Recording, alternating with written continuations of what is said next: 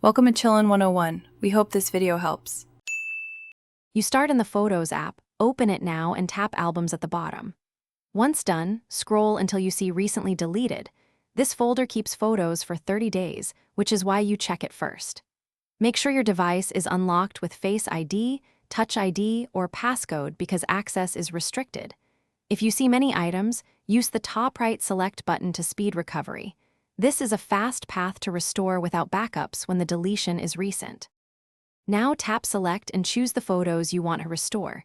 You can pick single shots or tap multiple images in sequence.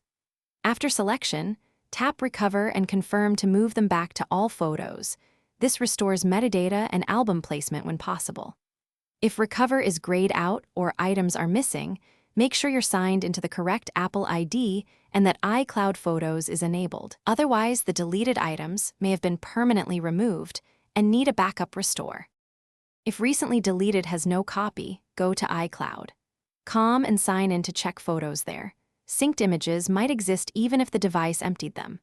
If iCloud lacks the photo, restore from a local iTunes or Finder backup made before deletion.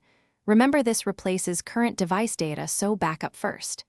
If things go wrong, make sure you're on the correct Apple ID and that iCloud Photos sync is enabled.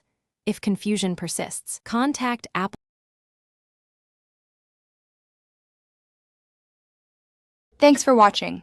Consider subscribing if we helped you.